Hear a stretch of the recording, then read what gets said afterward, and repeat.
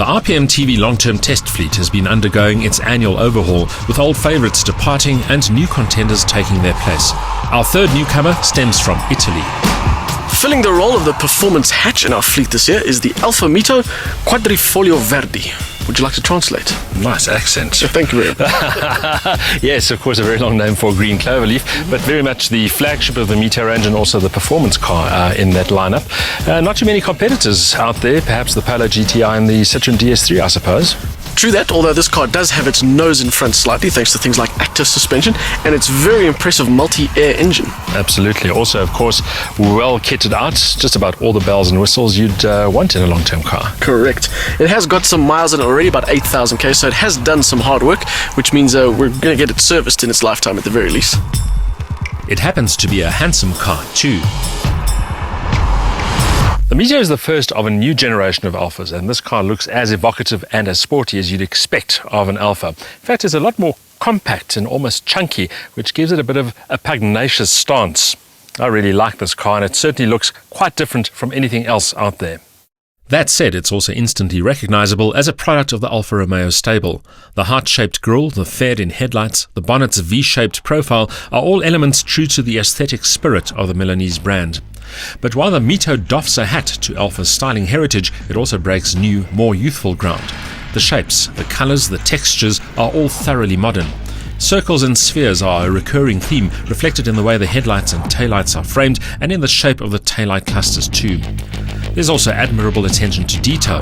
That green four-leaf clover is a symbol reserved for Alfa's performance cars, and the rear apron hints at a diffuser, which again underlines this Mito's dynamic intentions.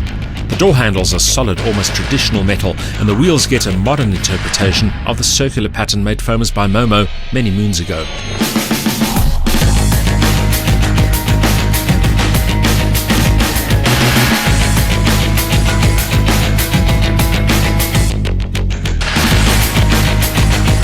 But for all its visual attraction, the interior arguably matters even more, especially when you're winding it through the twisties.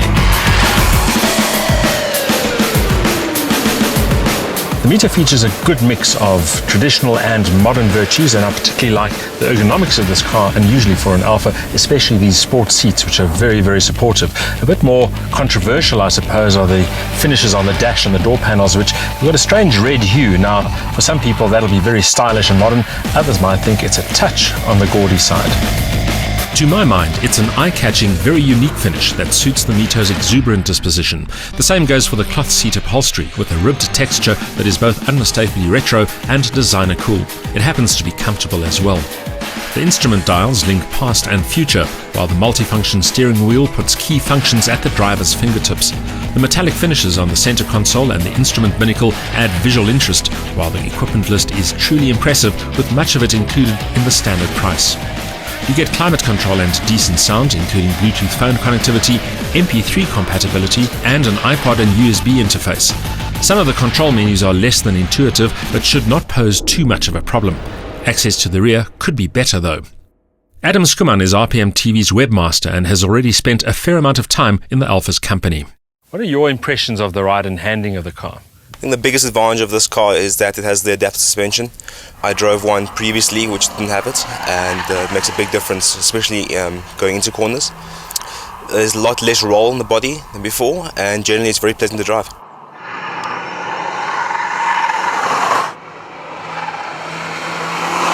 One of the most impressive aspects of the Mito is the handling. It really feels sporty and lively, and it uses a system called DNA to allow the driver to tweak its characteristics to suit driving style better.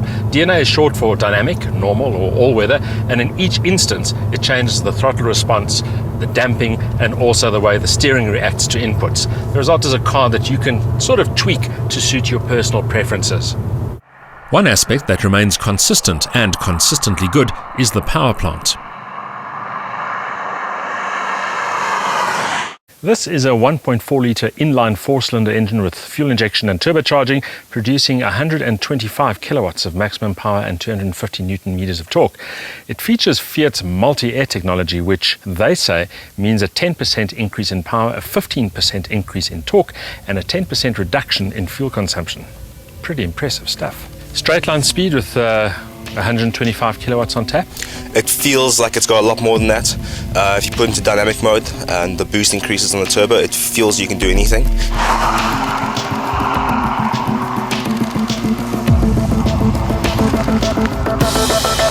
On paper, 125 kilowatts of maximum power and 250 newton meters of torque doesn't sound that much, but in fact in this instance it's more than enough. The car sprints from 0 to 100 in 7.5 seconds, top speed is 219 kilometers an hour, but more importantly, this is a car that feels dynamic, sporty and involving all the time. This is a sporty car, so fuel economy not really a high priority, but what sort of economy are you achieving at the moment? If you keep it in normal, you have 3 options between dynamic, normal and all-weather. In normal, if you're very, very careful and follow the shift lights, you will probably see the high side of 10 litres per 100. If you are at all vigorous on the fuel, you will touch 15, 16 very, very quickly.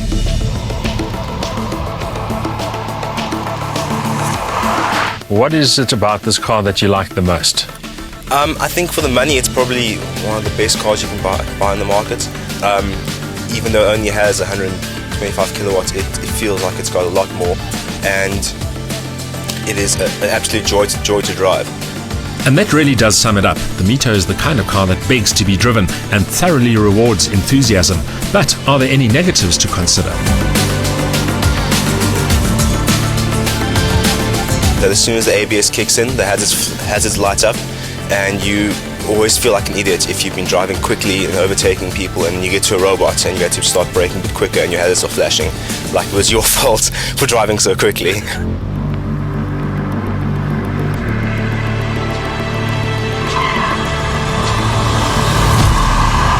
Now, we haven't spent that much time with this particular Mito yet, but Spike, your first impressions?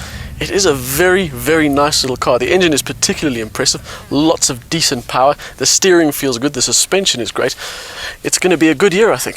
Because we've always really liked Alfa cars, but the Alfa image in this country needs a bit of brushing up. Yeah, there's still that old school that says if you buy an Alfa, you're married to it, but the fact is, it's changed. The cars aren't like they were 10, 15 years ago. So we'll take this car for service and treat it like it's our own and get a sense of what it's like not only to drive an Alfa, but also to own it. And I think, given our short time with it already, it's going to be a good experience. Absolutely.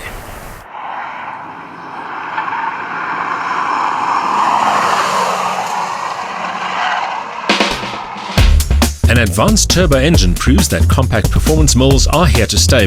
This one also over-delivers. There's a 6-speed gearbox as well. However, it's the chassis and the DNA drive modes that really shine here, as does a nifty and well-stocked interior. Only a rubbery gearshift and some slight lag blot the copybook.